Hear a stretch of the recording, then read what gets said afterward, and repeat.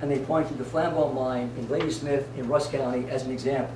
This mine, which operated from 1993 to 1997, has now collected toxins at the abandoned open pit, the abandoned open pit, which is now backfilled, and which is now having a stream next to the mine discharging toxic levels of copper and zinc into the Flambeau River.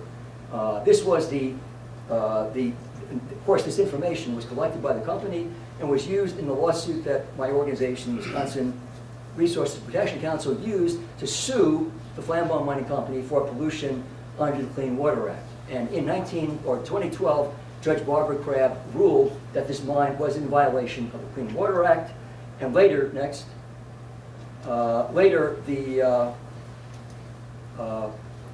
Environmental Protection Agency declared that stream that was discharging copper and zinc into the Flambeau River as, quote, an impaired water.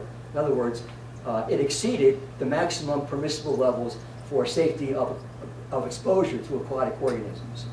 The company has called this a reclaimed mine, but there are 32 acres on the site which have not received a certificate of reclamation because of that EPA designation of impaired water.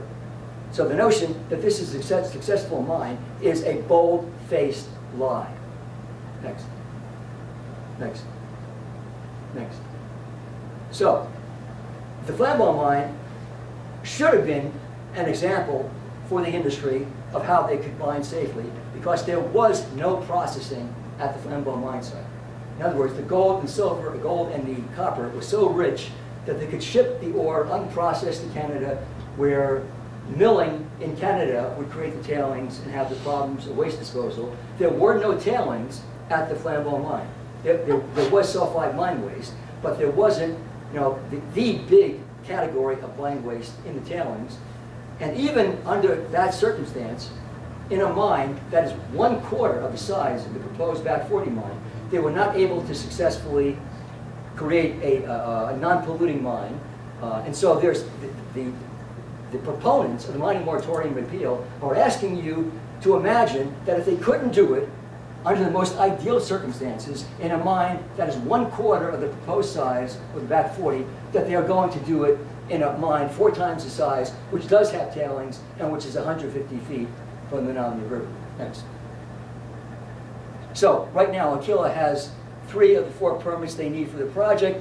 However, neither the company nor the Department of Environmental Quality has consulted the Menominee tribe about their sacred sites, and the Marin County Board voted 28-0 to oppose the mine. Marin County is the county right across the river on the Wisconsin side that derives its drinking water from the Menominee River. This is not a liberal Democratic county board that passed that resolution. This is a staunch Republican county board that understands that this is not a Republican or Democratic issue. This is an issue of clean water, and people in Marin County are responsible enough to exercise their considered judgment that this mine will be a disaster for the people on the Wisconsin side of the river.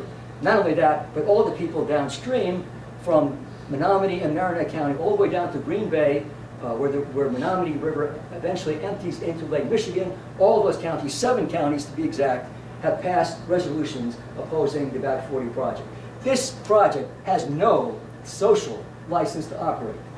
The state of Michigan is hell-bent on granting the permit regardless of the objections of local residents, but those objections of local residents do constitute a significant hindrance to the permitting of this mine, because the investors that are invested in this project understand perfectly well that the state of Michigan can grant all the permits they want, but if the people in the local area are adamantly opposed to the mine, as they are in Michigan and Wisconsin and all the way downstream to Green Bay, that this is a financially risky project.